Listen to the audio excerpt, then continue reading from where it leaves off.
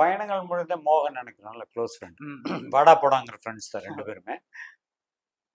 அது இல்லாமல் மோகன் கூட மெல்ல திறந்தது கதவு, குங்குமச்சிமிழ், நிறைய படம் வந்து சுந்தரராஜ் டைரக்ட் பண்ண, நான் தான் கோ டைரக்டர். ஸோ அதில் ரொம்ப நெருக்கம். அப்போது ஒரு கோயம்புத்தூர் ஒரு ப்ரொடியூசர் வந்து சுந்தரராஜ் சாரை வச்சு ஒரு படம் பண்ணணும்னு வந்தார். ஓகே. அப்போ சுந்தரராஜ் சார்கிட்ட 3 படம் கைவசம் இருந்தது. ஸோ அவரால் பண்ண முடியல.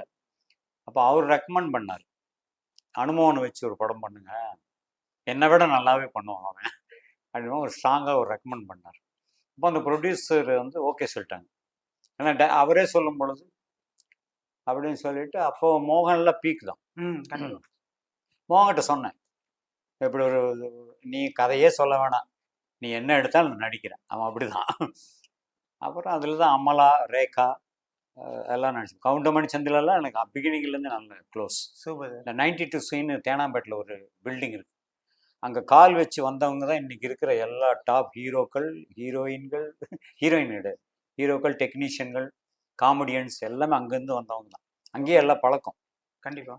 கவுண்டமணி, செந்தில், ஜனக்ராஜ், வாகை சந்திரசேகர்லேருந்து நிறைய பேர் அங்கேருந்து வந்தவங்க தான். ஸோ அங்கேயே எங்களுக்கு பழக்கம்.